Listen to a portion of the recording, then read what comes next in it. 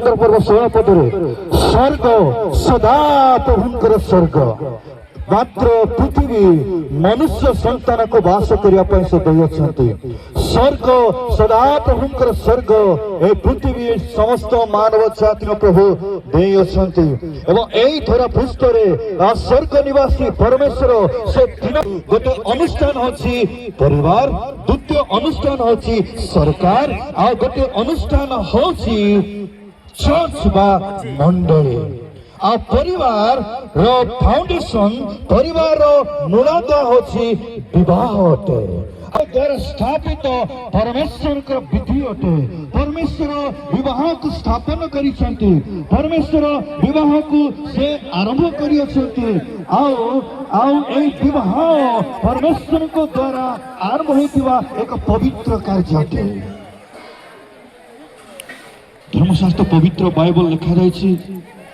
माथि लिखित सुसमाचार 19 पर्व 4, 5, 6 पद लिखा जाइछि ईश्वर पुरुष एवं नारी को सृष्टि कले तो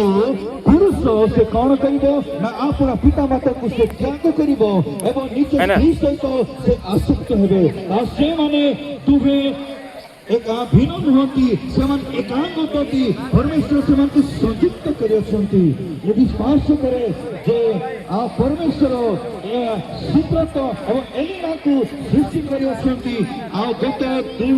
6 तारीख रे परमेश्वर सेमन को आ जोगवा समय भिन्न थिले सेमन को से संयुक्त करियछंती से माने आ भिन्न नुहति से दुई जन से माने एकांग होती और से माने वर्तमान गोटे नुआ परिवार आरंभ करने को जाइछंती ए संयुक्त ए मिलन सेमाने गोटे नुआ परिवार आरंभ करने को जाउछंती मन होछि जो लूका लिखित सुसमाचार 2 पर्व 5 और पद तलक लिखा जाइछि एक सुंदर परिवार विषय से लिखा जाइछि जिखरिया एवं एलिना से माने स्वामी एवं स्त्री से माने एक सुंदर के परिवार गठन करने को आरंभ कले गोटे सुंदर परिवार से आरंभ कले आ सेमान को पृष्ठभूमि एक प्रकार थिला जे जिकर जाजक परिवार आसीथिले आ एलिसाबेथ मध्य से जाजक परिवार आसीथिले से माने प्रभु को भय करबा लोक थिले से परमेश्वर विधि को मानबा लोक मानथिले से माने भय परमेश्वर आज्ञा अनुसार परिचय कहले से माने निर्दोष भाव रे आसमान आचरण करथिले सदा प्रभु को दृष्टि रे से माने धार्मिक व्यक्ति थिले से माने प्रार्थना जीवन काटुथिले एई प्रकार एक कपूर पाए एई प्रकार का परमेश्वर को भयशील करबा आ सही स्वामी स्त्री जिकर एवं एलिसाबेथ को परमेश्वर एक महान योजना करथिले आ से योजना 17 पदरे लिखा जाइछि आ से योजना थिला जे परमेश्वर सेमान को पाई एक बहुत बड़ योजना करते कहा छी सेमान को निमते गोटे पुत्र संतान प्रभु सेमान को दान करे आ ताहन को नाम थिला जहना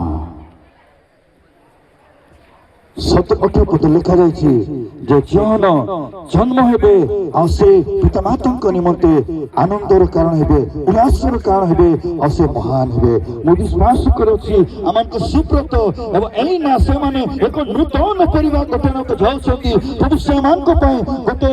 नुआ योजना रखियछंती सेमान को निमते प्रभु एक नुआ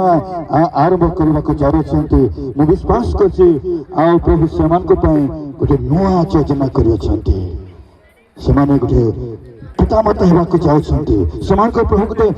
संतान मान को देबा को जाउछंती एहा जे सेमान को पाए परमेश्वर को नुआ योजना के तो मु अनुरोध करबी आ एलिना आ सुब्रत सेमान उठिबे आमे 1 मिनिट उठिबा सेमान को पाए पद प्रार्थना करबा तापर मु हैंड ओवर करबी।